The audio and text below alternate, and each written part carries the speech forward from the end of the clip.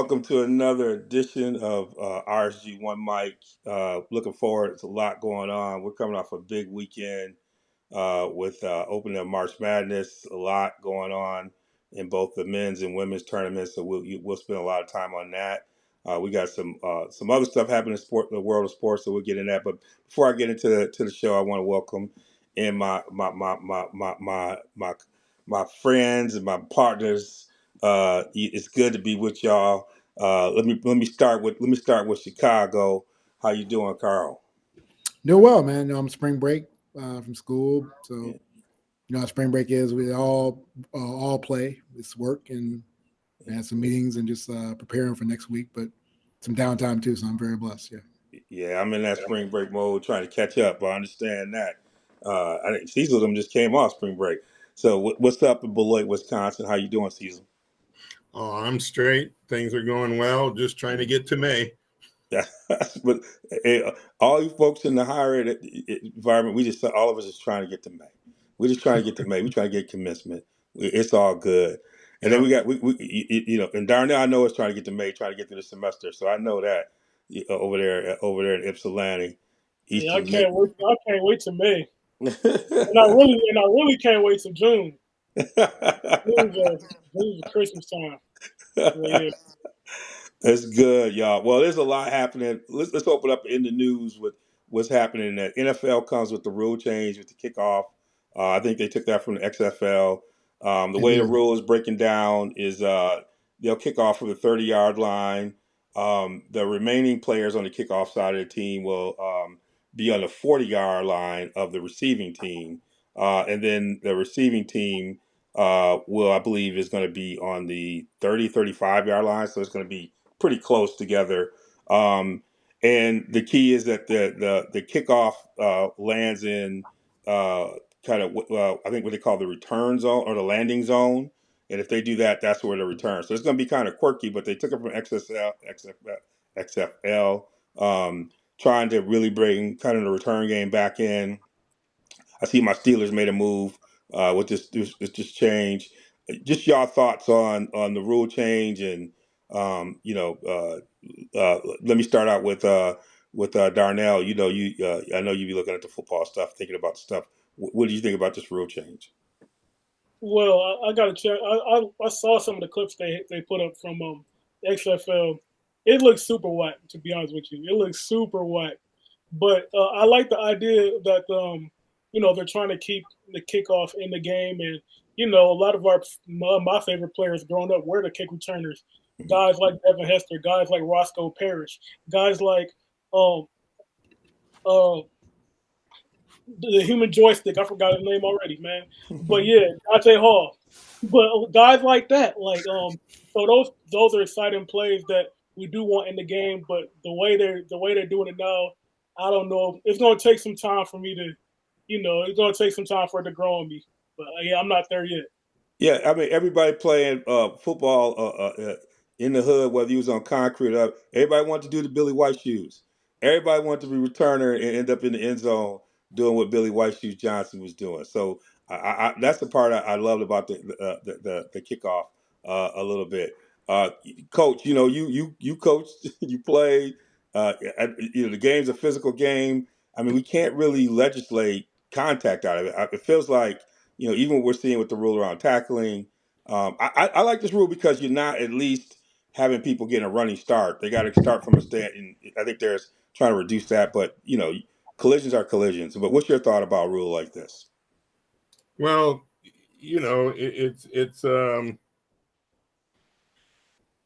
it's hard because they're trying to make the game safer, more or less is what they say. But then you're taken away from the whole aspect of football. Yeah. You're taken away from the aspect of, they've already done that with a lot of rules, and it's obvious the officials don't even know how to call that these days because one thing's an interference, another thing isn't. One thing's roughing a quarterback, another thing isn't. This is just going to be one more of those sets of rules where they're going to have to figure it out. And like Darnell was saying, I've seen the clips of it too, and it looks ridiculous. You're only about 5 yards apart from each other. You're blocking like you're a wide receiver and a defensive back, is what it amounts to. And then the running back's coming at you full speed, though, and he's going to have to pick and choose the holes. I just shouldn't go back to it and just kick it out of the end zone. I mean, as opposed to this. So right now it looks a little strange. And I don't think the other thing, too, is the NFL is always trying to add things to the sport. I don't think this adds anything. I think it's going to take away from it quite a bit. So I guess we can get used to it. But I think this is along with the new tackling rule, is a bridge too far. Yeah, Carl. I mean, you take that fan perspective. You've been watching the game, but is that something that you appeal? I mean, obviously XFL is having somewhat of influence on it, and I like the fact that they're at least drawing from some of these other leagues to try to think about how to improve the game. But you do want to avoid the clown show. No, I mean, it's better than the status quo is now, because the rule now is whack, because they just kick it out. I mean, basically, you're going to get cut if you can't kick it out of the end zone now. So the bottom line is that, yeah, it's better. And one of my brothers, Stan Davis, told me about this. I'll be real disclosure. I haven't watched XFL. I like NFL football and college, but no, XFL. Sorry, I'm not. I'm watching baseball. I'm watching basketball. I watch no football this time, but I think the sad thing about it is that this crusade to have the safe sport of football. That's oxymoronic. Football is never going to be safe. You're going to always have CTE. You're going to always have death, and so this mess trying to make it more safe, and it just angers me, because if you sign up for football and try and be safe, then you shouldn't play football. Yeah, the point you're making is right on. I mean, I thought about the new tackling rule, and people are like, where you draw the line. Look, to me, the rules to protect the head, to me, that's good. Once from the neck down, it's football. Like at a certain point, it's football. And when I look at this rule, even when I looked at the examples they gave, I'm like, what else do you expect these guys to do? I mean, you see some of the size difference when you're trying to come up and close, and you're a defensive back trying to catch up. I mean, some of these tight ends, like, how are you going to get some of these guys down?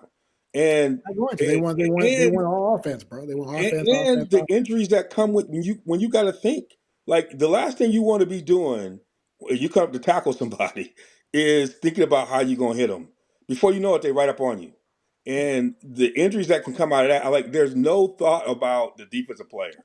And I think Coach hit this, like, at some point it's football. If you're trying to protect the head long term, I can understand that. Everything else below, that's game.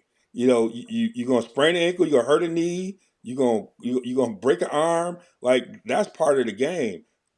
But some of the stuff that they're coming up with, I think is a bridge too far. So I know, Coach, you talked a little bit about that. I know, Darnell, you working with young folks, coaching. I mean, how are you approaching this? How do you see this?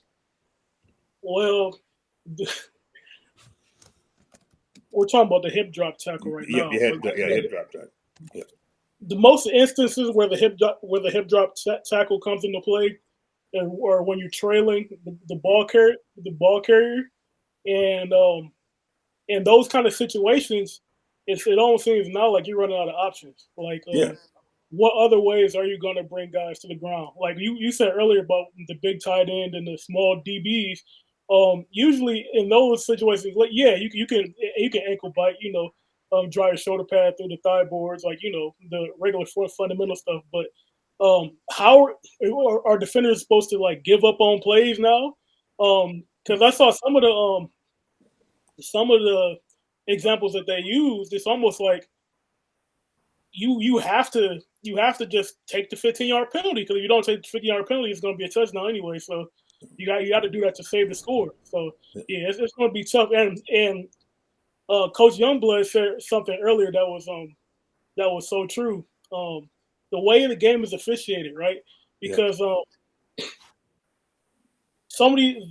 this call, it could be vague. Like, it's vague in a way to where sometimes you see plays that would usually be called the hip drop that are not called this again. Now it's close in the game. You haven't been calling this all day, But it's a tie game now, and now you want to call the hip drop tackle.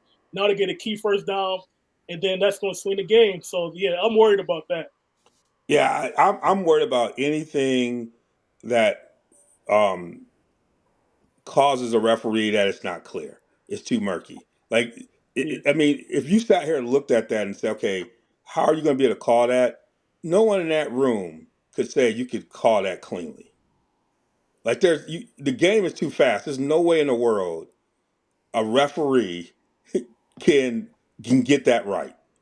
I just they move too fast, and so for me, a rule that you're going to bring into play that is very difficult is that we have too many judgment calls already for referees. Like, eliminate that. My rule of thumb right now with football is anything from the neck up, legislate everything that it's football. It's like at that point it's football, and I think we're going to have to figure out how to draw a line with that one. Coach, it looked like you yeah. were about to How, say something. well, Go ahead, Darnell.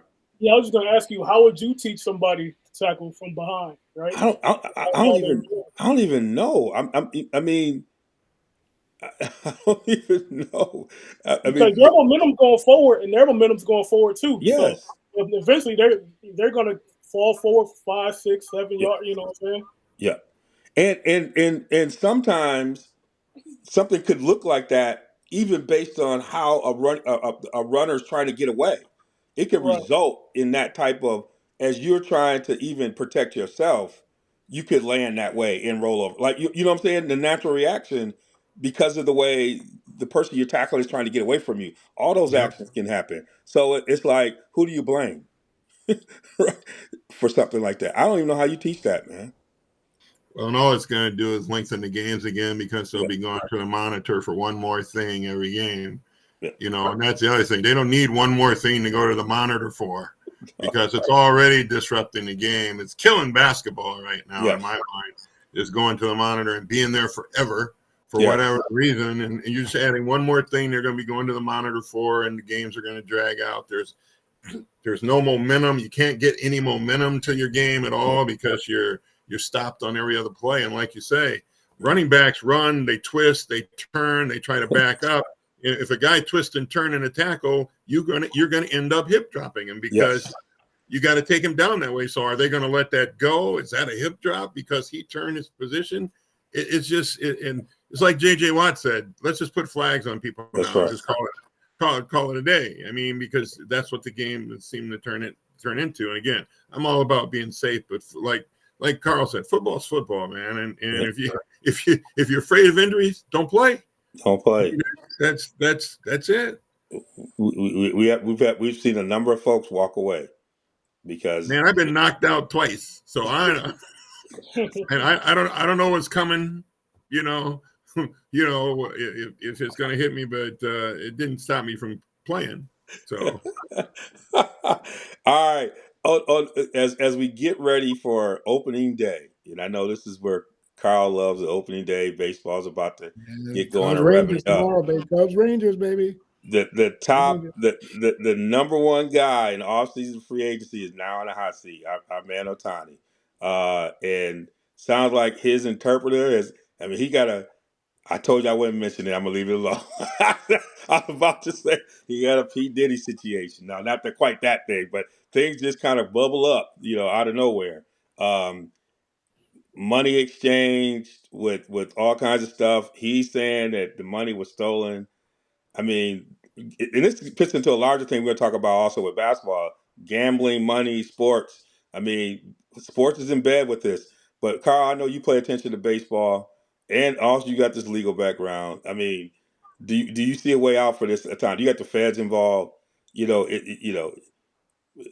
think they'll get Where do you see fined this for thing poor going? judgment. I think they're not going to be able to prove that, that he was the better. But I mean, it just is poor judgment as far at best, and that's a dangerous situation because it's just hard for me to believe that $5 million or $4.5 million just disappears from you. I don't care how rich you are. Rich people don't give away money. Poor people give away money. So I just don't see, and it's nothing against poor people, but it's just real talk. And we have a real talk show, so I just keep it real. But no, so I think that Otani has something to do with it. This interpreter, though, is a very shady guy. He's lied about his whole background. He even said his job was only 10% interpretation. So he even admitted he wasn't really an interpreter per se. And like I said, so the bottom line is that this guy, I think somewhere Otani knew about it, and yeah, I don't believe he was totally did not know what was going on, oblivious of what happened. I just don't believe that. I don't know Otani, but I just know that if you got money, you trying to keep your money and you looking after your money, especially if you're new money like him. I don't think he comes from a rich background, stuff like that. I don't think he comes from a poor background, but you're talking about a $700 million guy. But yeah, I just think something happened with him, but they'll do something. There'll be a fine, and he'll be fine because they've covered the tracks. But now the fact that they're pleading the fifth, or they're not no comment now on the scandal tells you something. And everyone's lawyered up too, so it tells you again they know the peril. But I think they've did the right thing as far as how they threw the interpreter on the bus and protected Otani. And Otani gave his little statement with no questions. He had no questions, and then went on in merry way. So he'll be fine. They're not going to do anything to Otani because baseball needs him. I think Japan is coming. Is going to be the opening day next year. Cubs, Dodgers. Everyone talking about that. They're going to be printing money out there, printing money with the Cubs, Dodgers. I was saying to myself, man, I need to go out to Japan and see that. That's a bucket list thing. So yeah, but the main thing is that that's where we're at right now. And simple with Mr. Otani. I'm tired of it myself. We all know if Otani walked down Michigan Avenue, nobody would know who he is. Preach. I mean, it's plain and simple. He's a nothing as far as people know his name, but they don't know who he is, and so he's not iconic in that way. If MJ walked down Michigan Avenue, there'd still be a riot, like there always been. Well, I tell you, I told you I was in the airport. I looked right up, like 2 feet from me. Rodman was standing there. I was like, I saw Robin on Michigan Avenue too. That was almost a riot. doing his thing. Yeah. But on the basketball side, we got was it Jonte Porter? That's Michael Porter's brother, right? Up in Toronto, in the scandal around the betting, where people were doing the prop bets with him. Cecil, you've been around long enough just to watch the evolution of this. I mean, there was a time when there would have been this kind of connection between gambling and sports, and right now it's connected. The commissioner, our guy comes out. The NBA is knee deep into this. Now we got this thing flooding up. And they've been tracking it all together. I mean, it's not like we haven't had scandals, but where do you go when you have something like this where it really threatens kind of the integrity of the game when you're talking about a player doing this, and not really a star player. Well, I mean, the reality of the fact is that this isn't new. People talk about the integrity of the game. I mean, let's go back to the Black Sox. I mean, Pete Rose back in the day. People, the only thing is like everything else is that we've got social media and too many cameras. Too much access to information where people can dig in and find stuff and come up with clips of things. And anytime there's a lot of money, and the money is doubled and tripled and quadrupled, like Carl was saying, Otani's looking at $700 million to play baseball. The money's just gone crazy. But anytime there's large sums of money around, there's going to be gambling around. There's going to be gamblers around. There are going to be people that are trying to get their hand in.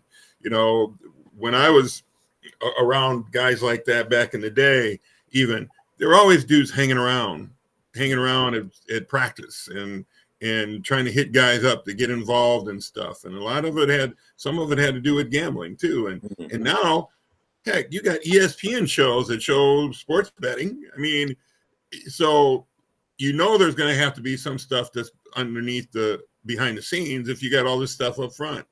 So it's just the nature of it. It's just a way for people to make money. It's just a way for people to get into it. And if anybody thinks that Porter is the only person that's doing it or has any issue with it, they're off.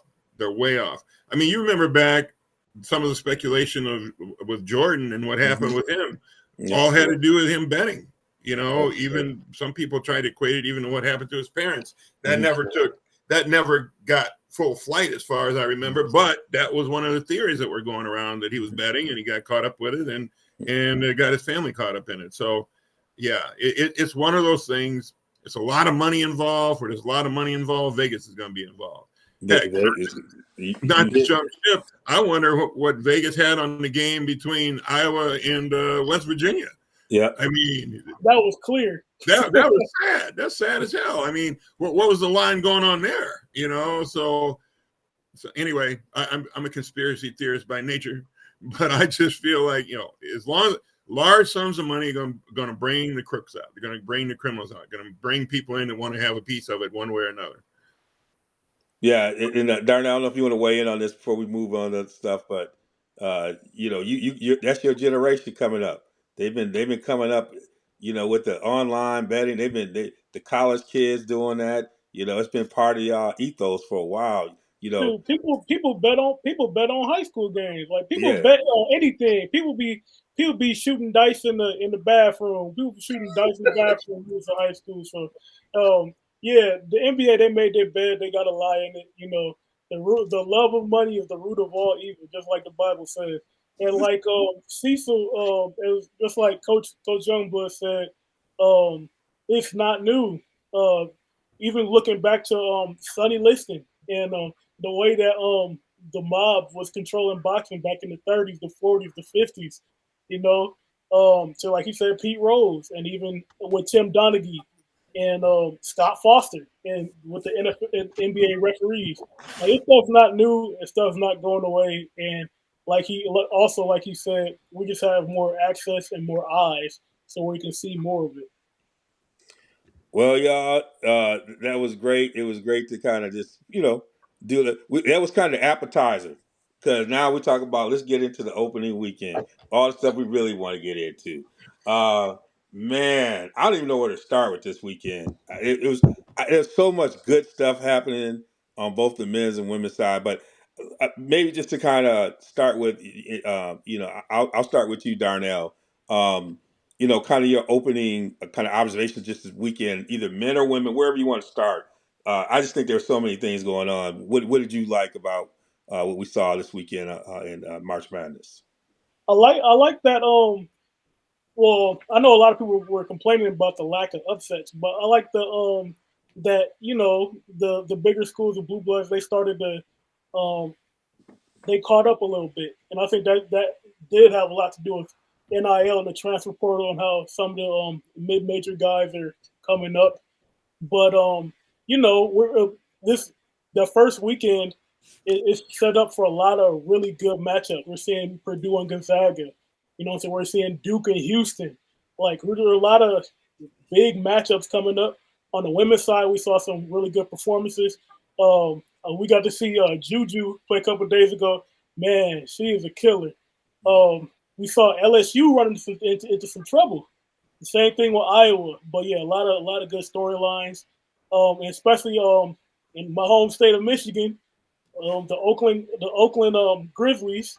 They're able to pull off an upset against Kentucky, but Calipari been suspect. Like I said in the last episode, they are my ultimate can't trust the team, and they show why on the first weekend. Yeah, yeah. I mean, you hit some really good ones. Yeah, yeah. Yeah, your boy Jack, was it Goki, hitting 10 Yep, threes Jack on Walker. Calipari. I mean, he was raised up like he was at CCRB. You know, Yep, Darnell and I know that back at the yep. house. It's like he was in the gym.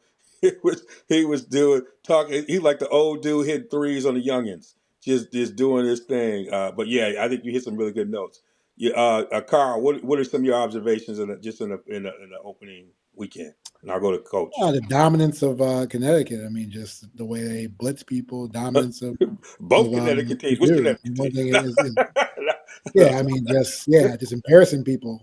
Yeah. There was just lopsided things. I mean, Darnell's right, there were a few upsets, but San Diego State, how dominant they were. So, but I would say definitely that we see that I think the dominant teams position themselves very well, and some teams like Illinois and Alabama, I thought would do worse. They're doing better, but it's been really good basketball. Obviously our Badgers took it in the chin, but I wasn't surprised. I picked that, but I didn't think it'd be that bad. They got blown out, so But yeah, I think really that you see stability, and it's gonna be a really good weekend of major teams playing each other and just some great matchups of Mm-hmm. names that not. I mean, last year was so many Cinderellas was ridiculous. I think they really lost people. A lot of people that got upset in the Four Atlantics of the world, things like that. And now you have more chalk besides some of the big upsets, like we talked about the Kentucky or the Auburn. So yeah, it's good. I think for the brand that you have some of the bigger names out there, people are gonna watch than some of these Cinderellas who no one's heard of, and they'll cheer for them. But the brand always gonna win unless the brand like Gonzaga builds itself over a year and becomes a brand where people expect it to be in the tournament. Coach, your observations.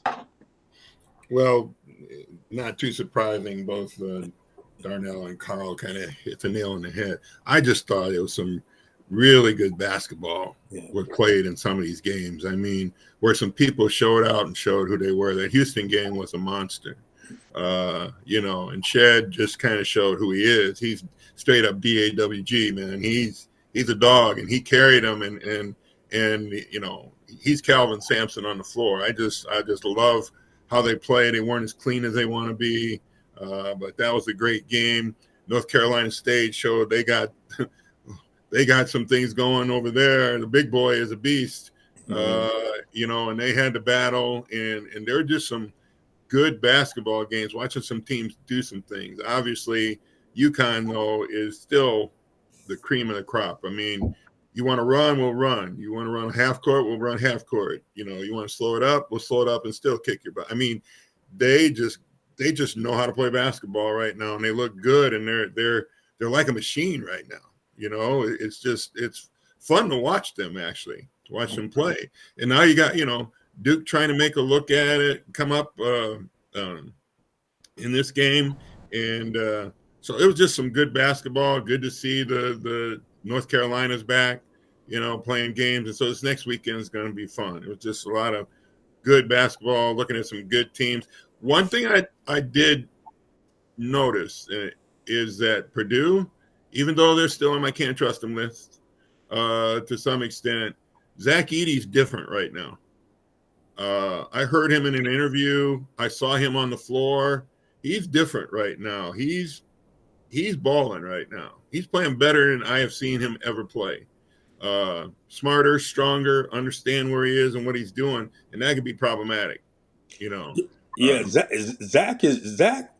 When he doing his interview, he like Drago, Right, against Creed. I mean, right. when they play against Utah State, he was like, if they die, they die. I mean, I look up at the score, I'm like, he's Yeah, I mean, he living in America. I mean, he's not joking right now. He said, "Hey, this is who we are, and this is what we're gonna do." I was like, "Oh my!" And he's playing that way too, So, and I would be remiss if I didn't talk about the ladies, man. I've been talking. I was lost and didn't have a chance to watch Juju play. Oh my gosh, that is she's nasty. I mean, they're going to be a hard out with her. Whoever, they're going to be a hard out. But the women's games were great. I mean, they were good to see. A lot of great names out on the court. And I think Darnell was the one who said it, and I think Carl did too, that the name recognition of the women is just amazing right now. Mm-hmm. Looking forward to those games too. Yeah, it felt like you got introduced to some more players. The women had stars. Like I saw the guys, and they got some stars coming out, but the women just flat out had some stars. I mean, I sat here and looked at the number. It is hard. I couldn't even go through the list all the way. When you think about, and I'm not even going with the what's the young lady from Syracuse who's now the third all time scorer. I mean, she was Mm-hmm. a walk-in bucket. It was like, it was like, okay, we get introduced to you, but then the Baylor Virginia Tech game was going down, and Jada Walker was on the road going toe to toe and putting back. I mean, the shot making that was happening in there, and then Kiki from Stanford went for Mm-hmm. 41. Long. But it Balling, was, right? and after Cameron Brink fouled out, she just went in her bag. But then you Yep. had Crooks, you had Emily Ryan, who was on the other side. Like Iowa State gonna be good. moving Oh yeah, forward. I mean, they're all Emmy freshmen. Ryan was, yeah, it was crazy. I was like, I'm sitting here yelling, and everybody's like, every time you turn around, in every game, whether it was Creighton and UCLA was down, had to come back. I mean, it was there. On the guy's side, this is what I was proud about. You had the upsets, James Madison, like we arrived. Like last year, everybody was in their bag. They're like, okay, we're gonna be the Cinderella story. And some of them cats just said, no, we ain't gonna have that. Like next round, Duke was like, okay, we see you coming now. The reaction to those teams by the next team was like, you're not gonna make a star on us, which was an interesting reaction because James Madison looked like they was on a bag. It was like I'm like, who gonna face them? Them cats was balling, and then they Mhm. just got Got they blown they, out they had though. a battle. Yeah, and a couple of those teams got run out the gym, and it was like the reaction, like, no, you're not gonna do to us what you just did was amazing to watch that reaction. Whereas, some of those teams just kind of was wilting to the momentum that was happening. It was good to see those type of reactions. All right, who hurt your bracket? I'll start. St. Mary's. Man. And the thing about it is the Zags did exactly what I thought they was going to do. And we got to talk about Gonzaga and what Mark Few's done. Like we had a chance to watch them in Maui and the adjustments he's made to unlock. This is the kind of stuff we were talking about in the text around your ability to, one of the issues Marcus was talking about with LSU. Sometimes you got to move that lineup around to unlock something. Mark Mhm. Few bringing Greg in into that starting lineup, and you see how they play. Man, they look good. I mean, I was like, is this the same team I watched in Maui? And Nope. and they look good down the stretch. St. Mary's, I thought would give me more. They just didn't give me. I can't explain it. They just didn't give me. They weren't ready for prime time. They took that's the one who's hurt my brackets out the gate. Anyone else?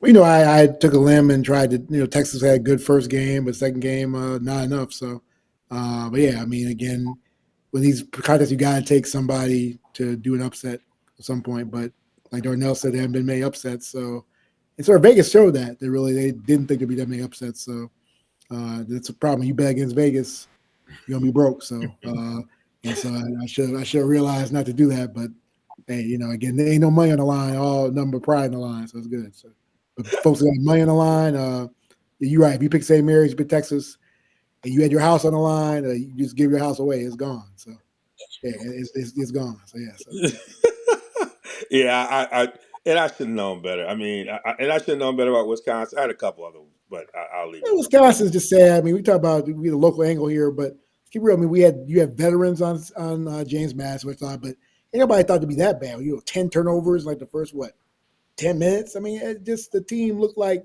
they were out in the club, ball popping, in Meatpacking District the night before, and got up barely sober, and they came to the gym. It is awful. I know some things where cats were out in the streets who didn't play here and here.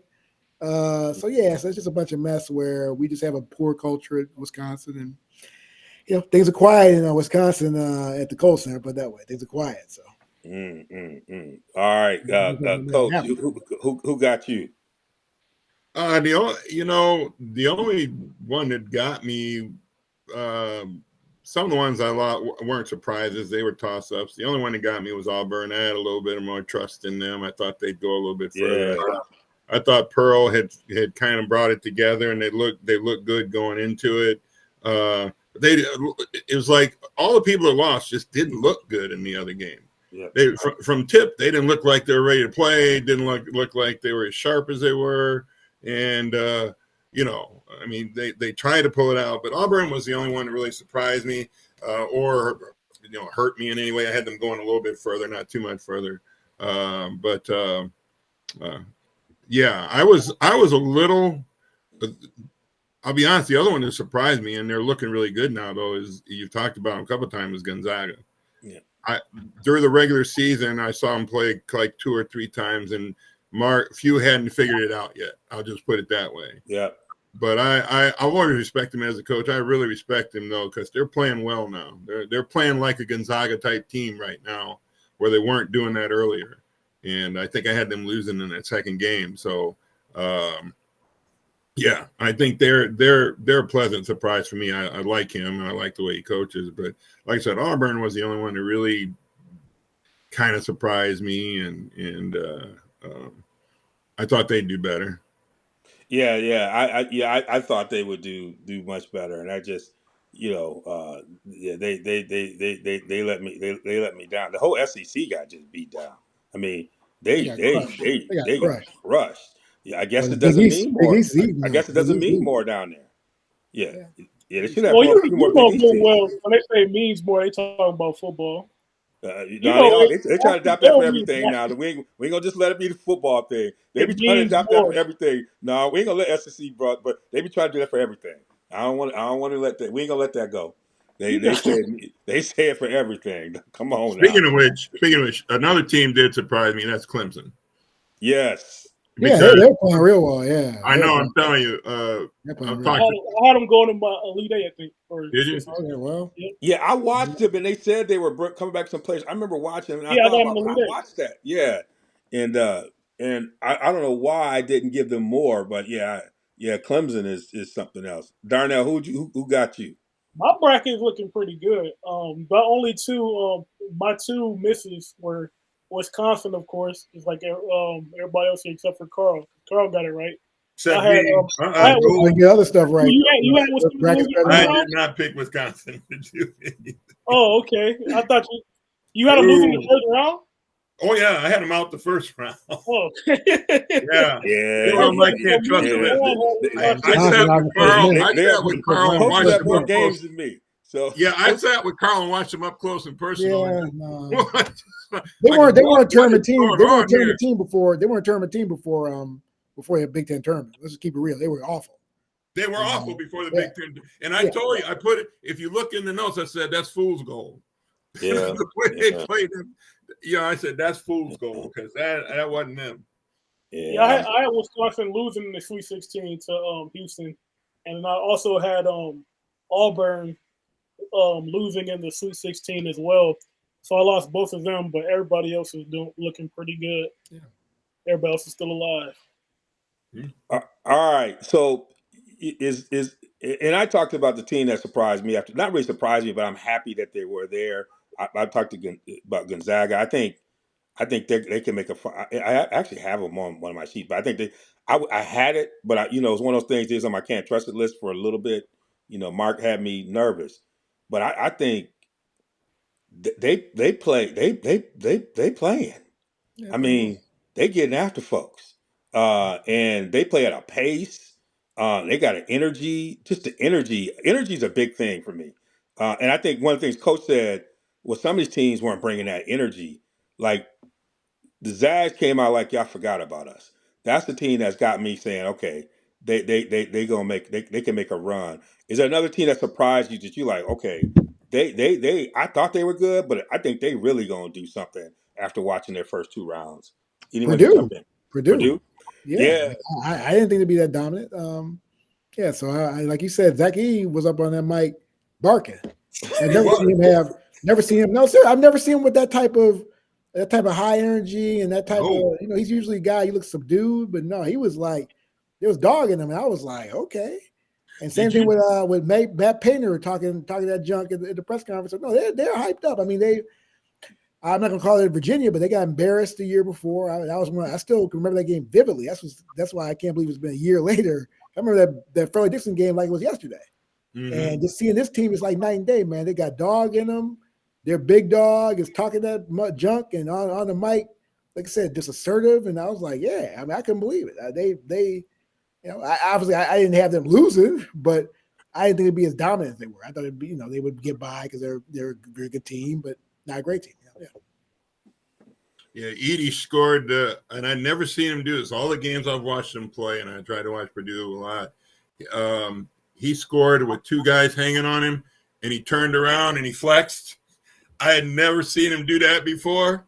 What's his name? 55. He was cracking up when he did it. Jones. Lance was cracking up. Edie turned around and went, I was like, uh-oh. Drago is a good description. I mean, it looked like if they die, they die. He's like, I'm here for business. I thought, man, okay, okay, okay. Darnell, who surprised you? And you're like, okay, this team's Well, better than I thought. it's not a huge surprise, but I was really kicking myself watching UConn. I knew Yeah, they was good, but I was like, dang, yeah, it's gonna be hard to be UConn. I think I, I I know you. I know we can't change our pick now, but man, if I had a do over, I would have had to win it all. yeah. You UConn is the Bud Crawford of the group. You just you. I'm gonna fight you any way you want to fight. I'm gonna beat you that way. UConn's the Bud Crawford of the group, man. You just they about to come out with Eminem. That's it. Who's the most vulnerable on the men's and women's side? Who's the most vulnerable number one seed? I would say Houston, even though I Yes. picked them to win the championship, but the injuries are piling up. They're prone to foul trouble. They are a resilient bunch, but those things that I just mentioned, they can creep their way into it because we all know JoJo Tugler is out with the broken foot. Um, Jawan Roberts he's hanging on, he's hanging in there. He Mhm. got that shin injury, he had that finger injury, but he's still chugging along. But he started limping towards the end of the last game. I'm like, oh shoot. So yeah, the attrition could get them. That's why I say they're the most vulnerable one seed right now. Yeah. Who you think, Carl? I concur with. I was stunned at Houston how they played Mhm. A&M. I was pulling for Buzz, obviously. Love Buzz from his days Marquette. Just like him. He's one of my favorite coaches. But yeah, they really limped to the finish. I mean, I give them great. She got dogging them, and like Cecil said, pulled it out. But that was a disappointing win. I mean, they should have been more dominant than that. And the lack of the foul trouble, they had what we call red flags. So when you have red flags, you're gonna be in trouble next round. So that's definitely, I'd say Houston. Yeah, I agree, concur. Well, when the other team shoots 45 free throws, it's tough because almost everybody fouled out. Yeah, well, And if they didn't foul out, they ended the yeah, game with 4 four fouls. fouls. Yeah, yeah, yeah. Yeah. Yeah. Coach, who do you got? I got to make it unanimous. Houston's my team too. I like him a lot, but like Carl just said, a lot of red flags. They give up leads. Yeah. They come out on fire and look like they're going to beat the world down, and then they all of a sudden they give up leads. They had to go to overtime and they're up by 7 or 6 in that game, and you think they're going to, but I never felt like they were safe because they can pound you and then they just give it up, and they're prone to foul trouble. And quite frankly, if Shed don't stay on the floor, they're in trouble. They don't really have a backup that can carry the team and do the things he can do during crunch time. And so, and if he gets worn down like he did in the tournament, I thought that's why they got scorched in their tournament, because he was just worn out. They're in trouble. So they got red flags. They got a lot of vulnerabilities, and they give up leads, and you can't do that in a tournament and think you're going to win it, not repeatedly. Yeah. And on the women's side, it's Iowa. I mean, if West Virginia could just shoot, that game would have been over in Yeah. Iowa City. I mean, if they had open looks, and Colorado can play. People forget Colorado beat LSU the opening of the game. They get after you. They're a great defensive team. And then they either get what the winner of UCLA or LSU. I just think on the women's side, uh, I know ESPN's got a crew and everything else, but them Buffaloes ain't buying into that, and so don't be surprised if Iowa doesn't make it out of this next round. But I think they look vulnerable against West Virginia, and if you press them and handle pressure, there's going to be a struggle there for Iowa. So that's the one thing. I could be wrong, but I think on the women's side, and then on the men's side, I think you're right with Houston. I got my own issues with Kelvin Sampson. Darnell and I know we, the cat can be Jekyll and Hyde on some stuff after game, but he's a great coach. But I'm not going to take Purdue out of it. As much as I say he looked like Drago, Rocky did come back and face Drago. And They still got a style, and it's back what Darnell said. If the referees make the whistle, and it's not about Zach. I think Zach is ready. It's about can the others be consistent for them. We all know that's it. It's not just Mhm. him, but can the others be consistent? So that one kind of worried me, but I would give a slight edge to Houston for all the reasons y'all said. I'm not getting Purdue out of the water here because they're not because it stayed chalk. They're going up against some tougher competition, and we'll see how that rolls out with them on that side. All right, are you still riding with your picks as we get to the Final Four? Are you still feeling good about who you got out there? Who are you worried about?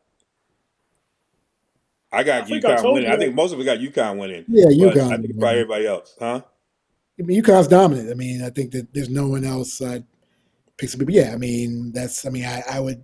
Yeah, UConn. I'd say definitely is team. Yeah, I mean, I would be worried about if I picked Houston that we talked about, but Mhm. most Now, a people team think I got going deep and the Final Four, a couple one is Creighton. Creighton looked decent, Creighton like was good. Yeah, Creighton balling. And I feel good about them because in a tournament setting, the way that the game works, they probably go 6, 7 maybe in that area. Top four guys are scoring, most of the starters scoring, but you can play that way in that environment. They don't foul, and they got a big that he can play. And they got some play, and they all know their roles. Creighton, I'm still kind of feeling good about them. I think I had, so I feel good about Creighton. It's going to be interesting to see where they go. None of y'all talked about Marquette. Marquette looked good, but none of y'all. yeah. I was stunned at Marquette. Yeah, I mean, I thought I had him losing first round. But Kolek came back and he's healthy, so Mhm. I just didn't think he would be that fresh. I thought he'd be rusty. We talked about our chat with Mitchell Robinson had Yeah. a time off, but no, Kolek is balling. If I knew he was, if I saw him play like Big East tournament like that, I'd be like, yeah, they would. But I just like without him, I'm like, but Yeah, no, this net. they're good. You're right. And I mean, Jordan balling I too. didn't realize how I thought I heard he was good, saw him play, he did some things, but I don't know how he gets away with a lot of stuff that he does. To be honest with you, he just does things that people don't expect. They kept calling him, what's it, Mr. Gadget? The way his arms reach out and he scores that one-handed, left-handed drive that he used, his signature move that he did repeatedly. So he can play. He is a really good dude. This next game is going to be a war. Mhm. Those between those, this next game is Marquette playing North Carolina, Mhm. NC State. NC State. NC State. That's going to be a war. It was. Yeah. That's going to be something to see. There are going to be some bodies that come out of that one. But again, you can't never count Marquette out because they're all dogs. Yeah. Every single one of them. They're just all dogs, and they're playing it. They're playing in the neighborhood. Yeah. Yeah. Yeah. You There's no know, camp kids. so They you be can they be ball because they didn't look like that against Wisconsin. I was stunned. I looked at them in Wisconsin, and we talked about Jonte Porter. I was like, "You got money in the game?" Because they look like a different team when they Yep. played Wisconsin. I mean, that's why I didn't believe them at all. I'm like, they got blown out by Wisconsin. So I'm like, Well, that's because Wisconsin got a different level of size, and Yeah. that's yeah, why, and that's why I kind of believed in Wisconsin going into the tournament. But yeah, it didn't really play out like that. But personally, I'm a believer in Marquette. I had this matchup on my in my tournament as well. In my bracket with Marquette and NC State, but I did end up picking NC State to win because even though Marquette they are dogs, at the front line, they are a little small. Yep. And with a dog like DJ Burns coming to town, I think this is the matchup that he's made for. Yeah, it's an interesting, but I think they played against enough size. But I do worry about that matchup. But I feel like I think I had them squeaking by NC I mean, State. I it's have to gonna go be a back. good game It's gonna regardless. be I'm a not game. saying they're gonna find out. I'm just Yeah, saying that yeah, was my pick. yeah.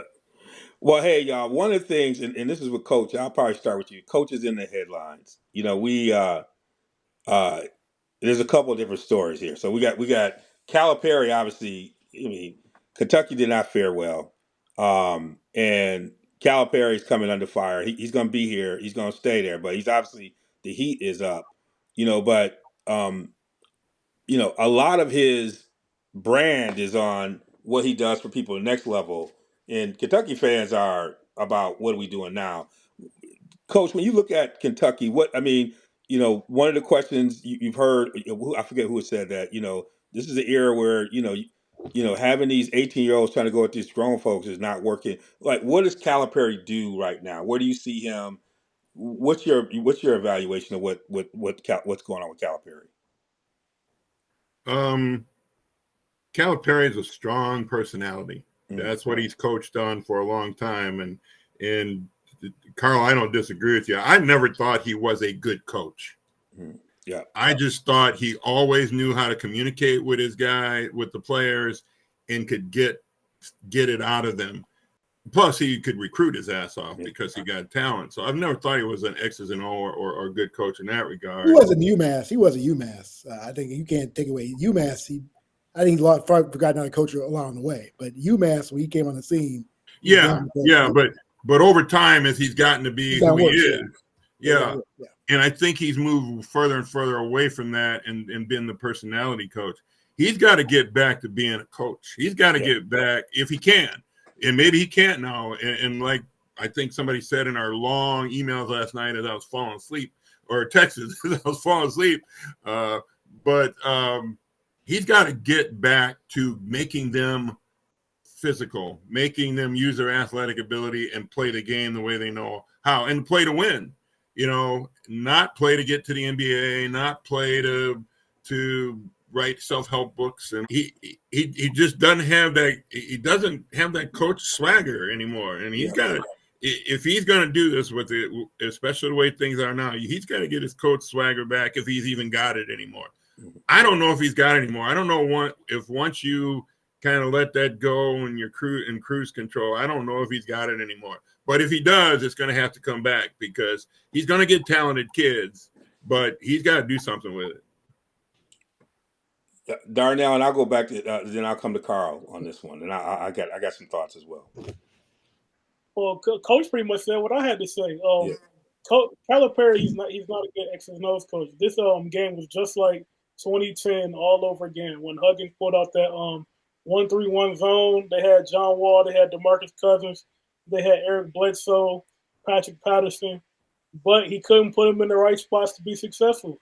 And it's the same thing happened this week against Oakland. They came with the zone, and they had no idea how to create driving lanes and how to create offense for their team. And I think that it was a failure on Calipari's part. Sorry. And I'll go to you, Carl, because I know you. Everything's been said. I mean, I think that the game has passed by Calipari. He was an excellent recruiter, but this one and done mess is not working now. And he's got some guys. I mean, you look at the debacles he's had the past 2-3 years. He needs to go. But they gave him a reprieve because that $34 million buyout. But that buyout's going to be much smaller next year. And if he doesn't win, come out the gate. Forget about if he doesn't win in the tournament. I think they're going to be calling for his head, because that's a great job to have. It's a great fan base, and they're not, that's not acceptable for Kentucky basketball. Yeah, and I think y'all hit it on. And I think, the Calipari teams that I think have a chance are the ones who start from the defensive end and they defend. And, he's had a couple teams. I mean, he's had some active people and able to do. He's got to be able to do that. I think he's got to find a way to mix his ability to have a great recruiting. He's got a number 2 recruiting class coming in, but like I said, if he needs to find some leadership in the backcourt, in the front court. If he can use the portal for specific things to give him some leadership and really key play, he got to tweak his system a little bit, because I just think. When you think about somebody come out of high school, you gotta get stronger by the time you get to the season. Like there's a curve that's hard to catch up to with some of these teams that are not only veterans but really good players, veterans. So it's like I don't know how he's gonna close that gap, and so it's gonna be interesting to see how he moves on with that. The second person in the news was Bill Self. We had a chance to coach Self out in Maui, and I've really grown to connect. Even though I had him on my can't trust list, I really like it. But he said something interesting that he had been thinking about next year for about a month in his post conference. Which, and Coach, you said something about like you felt like there was something about his energy and spirit out the road. I think I think he realized early on. Mm-hmm. I think he was trying to hold on to it, but the Dickinson thing and there's something about this team. But he was saying it at Maui. He wasn't lying to folks. And there's something about this team. Not to say he doesn't like this team, but there was something that for him. I don't know if he felt like he sold his soul. I don't know what it was, but it didn't seem like it was connecting right with him. I don't know how you felt about this, but what was it about? I think you've been coaching, thinking about next year. I mean, what was that all about? I think it got misconstrued, but he said it. So, but I said it had a lot to do with how you mentioned how you felt about how he was processing the season. Yeah, I felt this all season. When he said that, it did not surprise me one bit. I think it goes back further than that, Yeah, to be honest with you. And he alluded to it in when we were in Hawaii, when he was talking about how his bench was going to be short, and he already knew they hadn't done a really good recruiting job for that year, because you don't. You got some top players, you bring them in, they can be in your starting five. You don't recruit with the idea that these guys on the bench are going to come in and help me out. mm-hmm. Those guys are always going to be a year away or half a year away. You recruit a freshman that's a 5-star, they're going to be on the floor starting. You're not recruiting him to be on the bench. And so when he said he's going to have to rely on his bench, and he said that I got 4, he didn't even say he had 5. Yeah, he said 4. He said he had 4, and I go, man, you've got a long way to go if you only got 4. And he alluded to it then, and he just didn't seem. He never seemed comfortable. He didn't seem comfortable being ranked number 1. He didn't seem comfortable all through the season, and it showed. And like I said, I would say I'd even go back further where he was probably thinking, okay, what do we got? We got to do something different here next year. I'd say a month before that he was already in that mindset. But again, he kind of hinted at he was going to struggle when we were in Hawaii, and then that's why I asked him about the recruiting thing. So what are you going to do with recruiting, with the portal and everything else, especially the style that he plays, the buy-in that he has to have from people. And I saw Hunter out in Hawaii and said, this ain't going to work. Yeah. I just didn't like him at all. He's soft. He seemed to me to be soft, a prima donna kind of thing, not ready to get after it. And so Bill had a lot of problems, and I think he saw that when he was out in Hawaii. My mother said all of it. My mother was watching him, and she watched him at Michigan and watching him. She's like, he runs like he's stiff, like he got a board in his back, and it's just like, but Darnell, I mean, you watched him at Michigan. He has a lot of empty calories? Am I looking at that wrong? Like Hunter seemed like he got a lot of empty He does. calories. He does. He kind of reminds me of Demonis Sabonis on the Kings, but just like a poor man's version of that, but the same style. Very poor. Very poor. Yeah, he ain't made NBA. Very poor. Very poor. Please. Very poor. But what you say, Darnell, about empty right? calories? And I'll come over to you, Hammer. Hey, he's an all-star, but you saw him in the playoffs last year. Oh yeah, he's an all-star in the regular season. When he ran into a real dog, he couldn't do nothing. He'll bark like a chihuahua. So that's what he'll do. Hammer, we got Kansas on the can't trust us list. With Kansas, I think I admire the fact. I mean, Bill Self has a lifetime contract. He talks like it. So the bottom line is that he knows he's only going to leave Kansas when he wants to leave, and he was just candid that Dickinson was obviously a terrible pickup, and McClellar was out, and so Forpey's a very talented guy, but very immature and poor and careless with the basketball. So you have a situation where they weren't going to win, and you knew that. They got blown out by. I mean, they stayed with Gonzaga for a little while, and then second half, Coach Few put the foot in the pedal and blew them out. So that's where again he's realistic. I mean, cats that win are realistic. They know if they have a good team or not. Champions know if they're a good team or not. The people who don't do well are the other teams who don't know what they have, overassess themselves. And then a surprise when they don't do well, when other people look at them like, yeah, y'all weren't good anyway. You're like, really?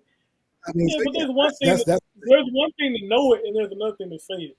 No, but again, like I said, Darnell, he can be candid because he has no economic benefit on it. I mean, he's got what? He's got 2 titles. He's got lifetime contracts. So he's gonna tell it like it is. Like, yeah, I'm looking for next year because our team is not good. Yeah. I mean, But I we mean, gave see, I've been fools gold thinking for a about half, and then next we got year blown for a out. month now.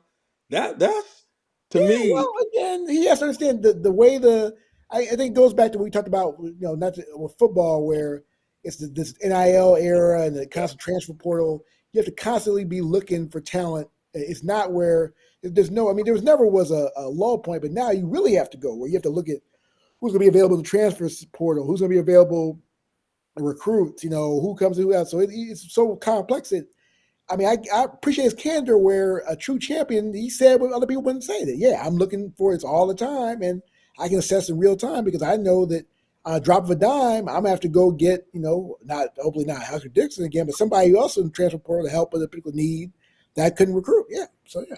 But I think and this is back to what Coach you were saying that I think he's struggling with because I remember talking to Coach Fickle about this that with this portal you can either be a transaction program or you can be a program. And how you do that when you're a program, how you onboard transfer portals is a different way because you're very clear with them about the culture they're coming into versus the transaction. If you spend a lot of time talking about money and NIL, then that's not like I feel like Self is did a transactional thing when he's a program guy. You talked Mm-hmm. a lot about that. How does Mm-hmm. he navigate that? Well, I think we heard coaches that have talked about that very thing. Right. Painter talked Izzo about doesn't do it at all, right? Izzo doesn't no, do portal, right? no. Izzo doesn't do it because he's definitely a character kind of culture guy. Purdue talked about that being a culture guy. Mark Few talked about being more concerned with the culture.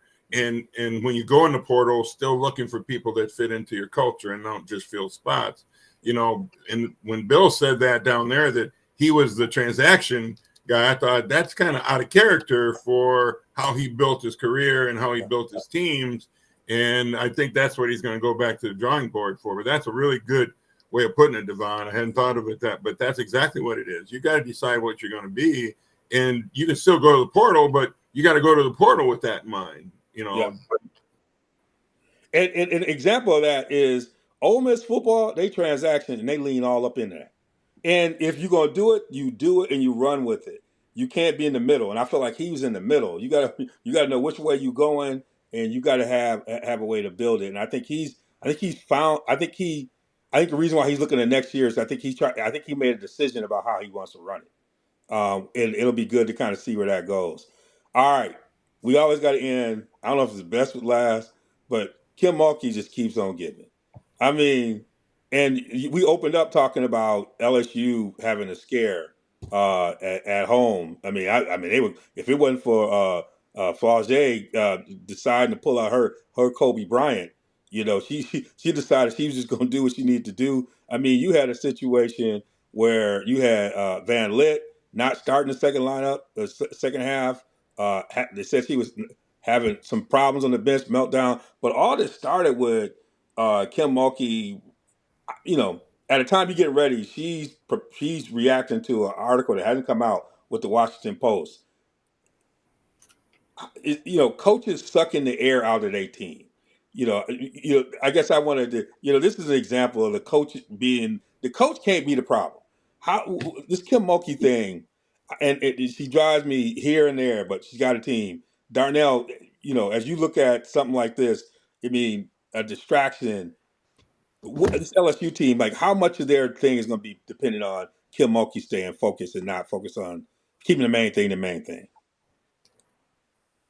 Yeah, that's a big part of it, right? You can't be distracted in moments like this. These teams are like the women's game is getting a lot better. We've seen in the last game of Middle Tennessee State, they came to play Wow. and they had them on the ropes, right? And I don't think it's going to get any easier going forward. So they have to focus up and stay focused on the task at hand, or they'll be going home. That's my takeaway. And it's interesting because she's a lightning rod. she said a couple things. I'm like, can I play? Can I have somebody play for Kim Mulkey? People have reacted to that. Coach, you've had to be around. I mean, you're around a lot of coaches, Cecil. Like,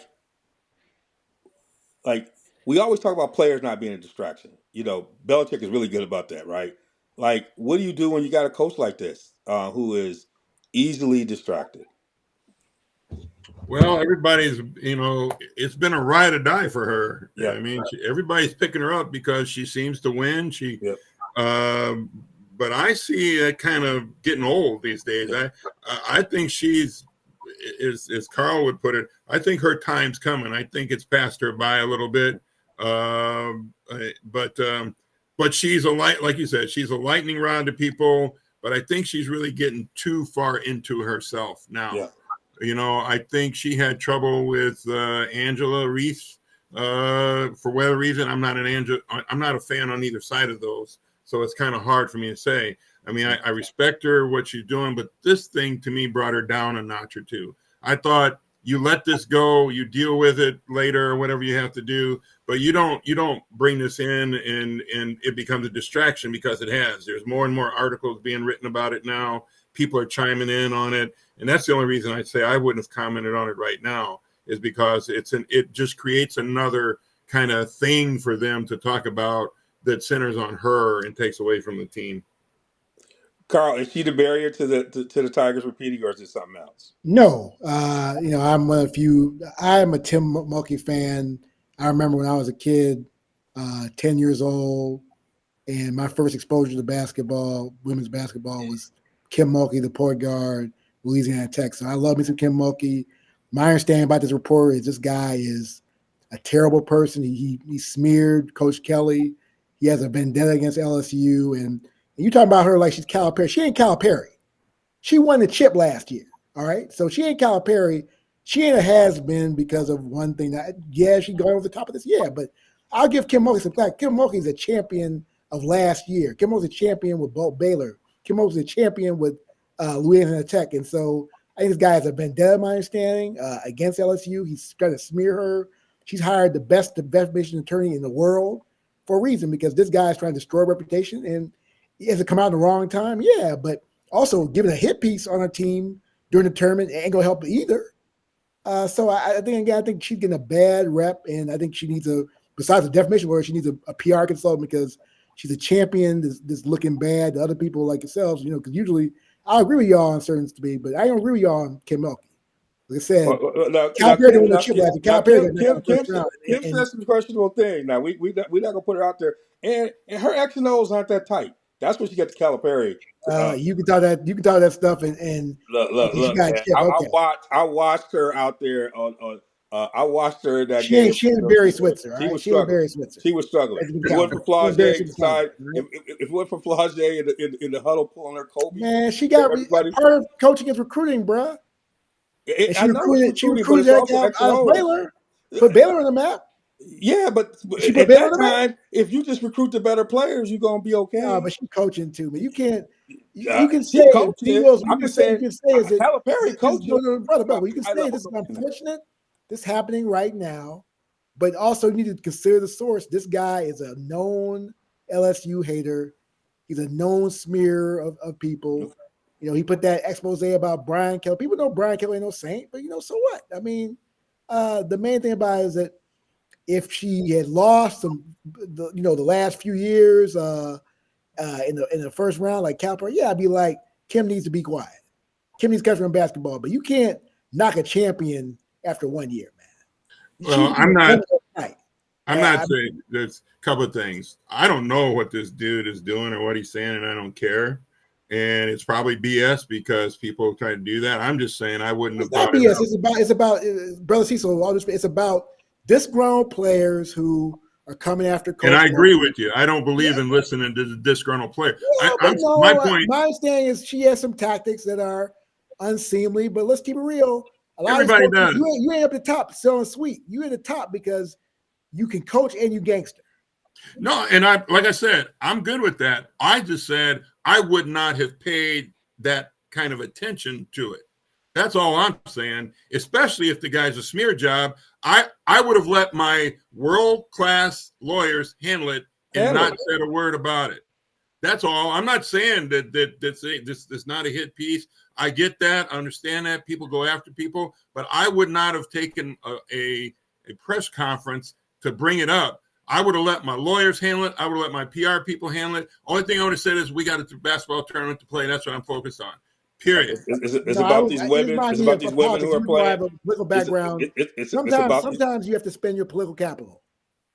Okay, let's keep it real. Sometimes you're spending political capital, and this is a time where I think my understanding that yes, this is a smear, but these are players who have compelling stories. My understanding, who are very upset because they're not in the limelight like Angel Reese and Van Lith and all other Flutter Jackson. And they have an axe to grind. And so this report is going to put the worst possible spin on these as possible when, sadly, this is how business is done in the AL era in 2024. Well, and I hope they get exposed for that. I don't have an issue with any of that, and I hope they get exposed.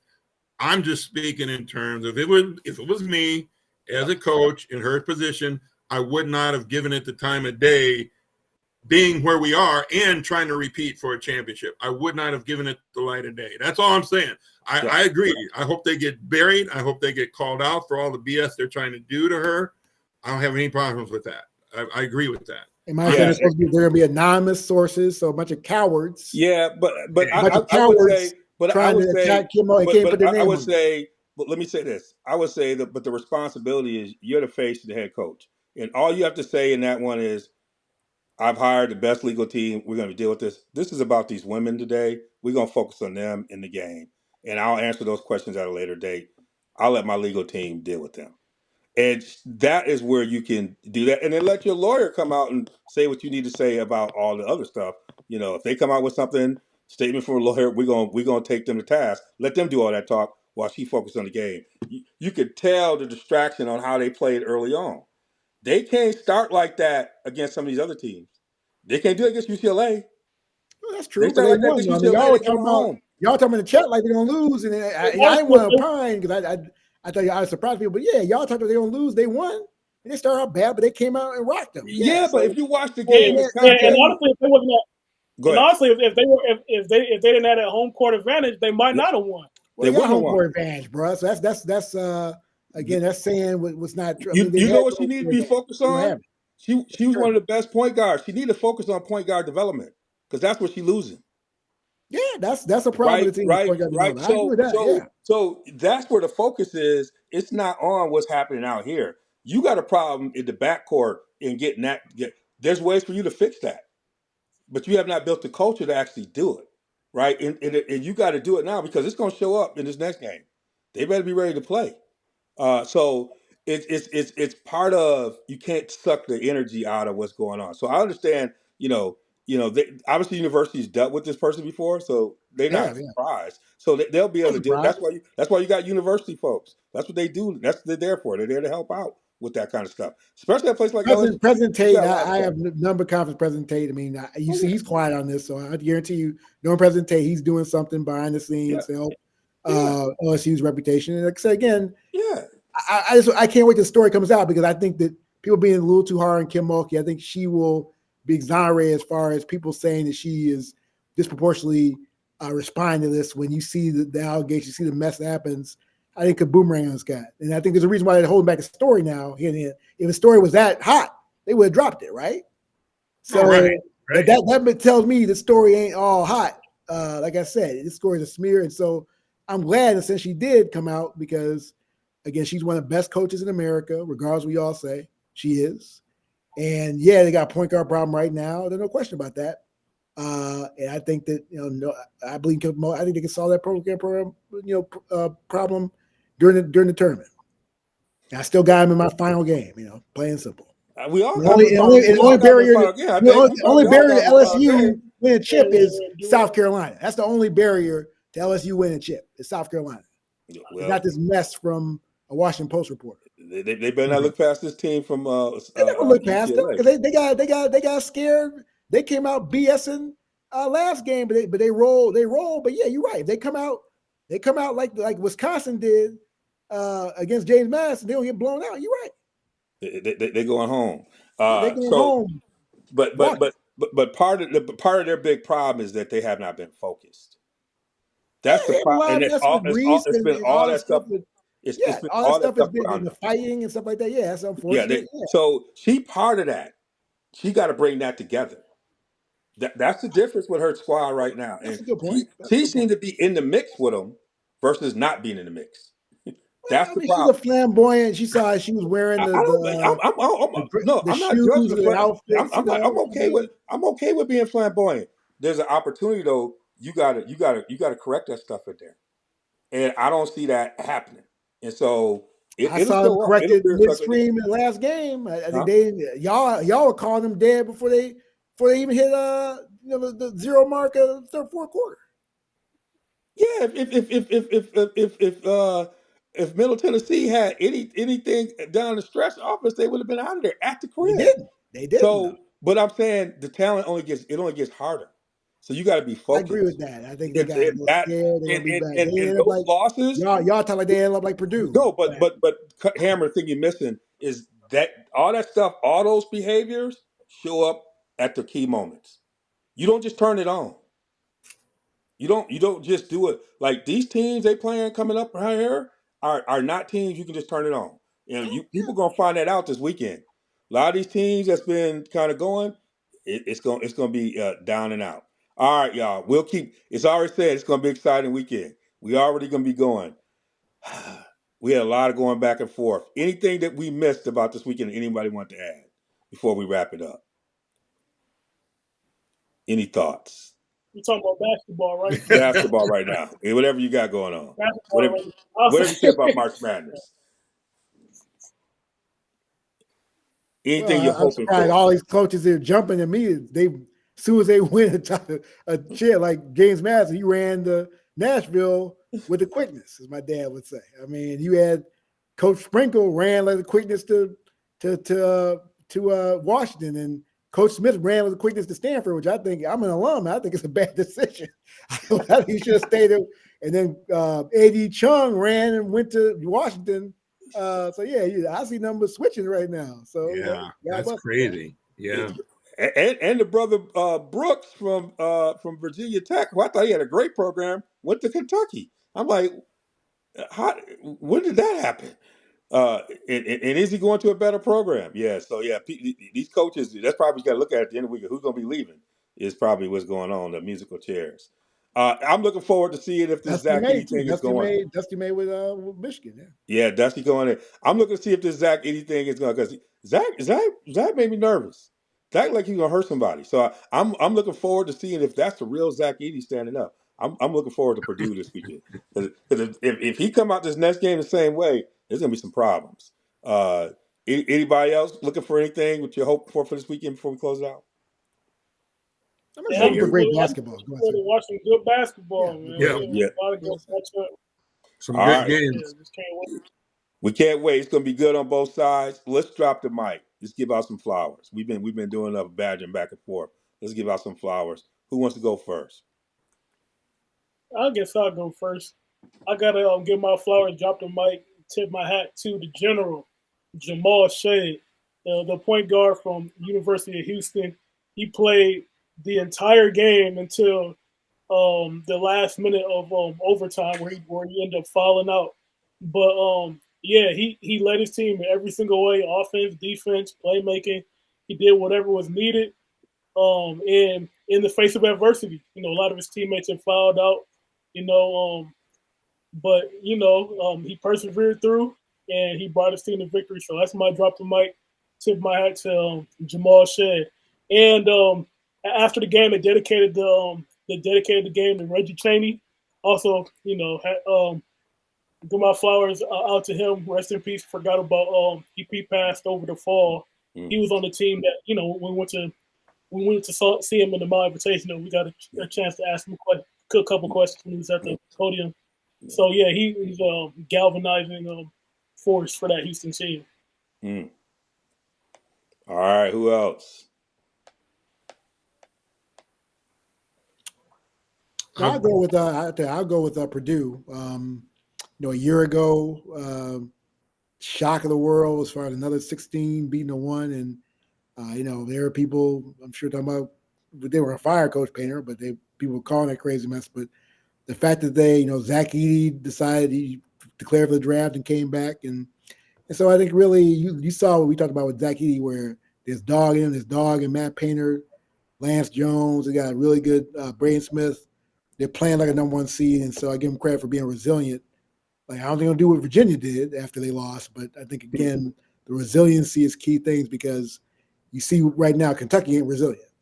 Like we talked about, he's the opposite of resiliency, and so the fact that Coach Painter has a team focused and eye on the prize and not being distracted, I dropped the mic for them because they could have been distracted, they could have been infighting, but they believe in the system, they believe in Painter, they believe in Zach Edey, and they turn a nightmare to triumph this year, and so got the mic for Purdue basketball.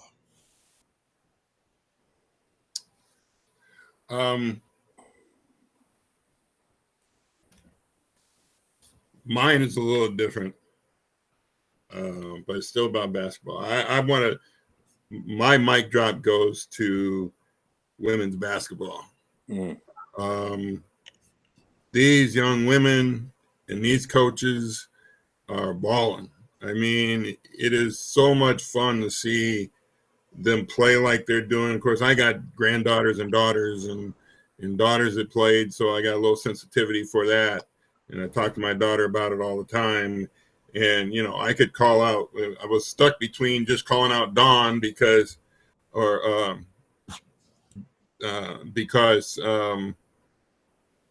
what's going on at I think it's Dawn, not Dawn. At South Carolina. Yeah, what's going on? Yeah, what's going on there is amazing. I mean, she graduated starting five. They got to the national championship, and most of them were in the championship team the year before with a whole brand new team, and here she is again. That's special, and the game is just exciting. The women are exciting. Like I said, I'm going to watch every USC game I can until they're not in the tournament, just to watch Juju because she's unreal, and of course South Carolina. And then I look at somebody like Kara Lawson, who was at Duke, who brought Duke from obscurity in football and have them in basketball and have them in the Sweet 16 now when they were, who knows where they were and what she's done and remembering how she played when she was in college. But just think about the women's game. And if you get a chance, if you haven't done it, Kara Lawson has go online and she has a YouTube thing called Handle Harder Better. And it's really good in terms of what she tells her players. You just got to learn how to handle harder better. And that's what she's done. So women's basketball, the tournament itself, I just dropped the mic on them because it was an exciting weekend, and I'm looking forward to the rest of the tournament. That was my thing. And I wanted to find a way to capture, my drop the mic with him. And I want to just maybe focus on one player as an example. We're learning about so many different players in the women's game, but I don't know if anybody had a chance to watch it. I think it's Alyssa Peely. Like this is a woman who started out at USC and now at Utah. Had 35 points in the loss against Gonzaga. And Gonzaga's got two twins in the backcourt, the Trongs, who can play. I just found out talking to my sister that my niece them played against them in AAU. They're from Houston. But I'll talk about Peely. This Peely is 6'2". Like they're power forward, coming off screens, hitting threes.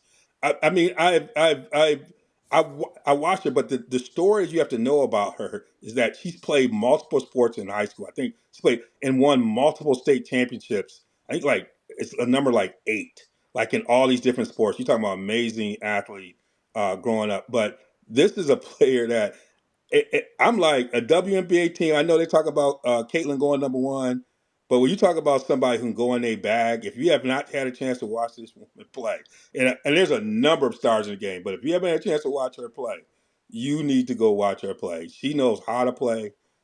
She can play inside out. She's an incredible athlete. But the other thing about it is she can sing too.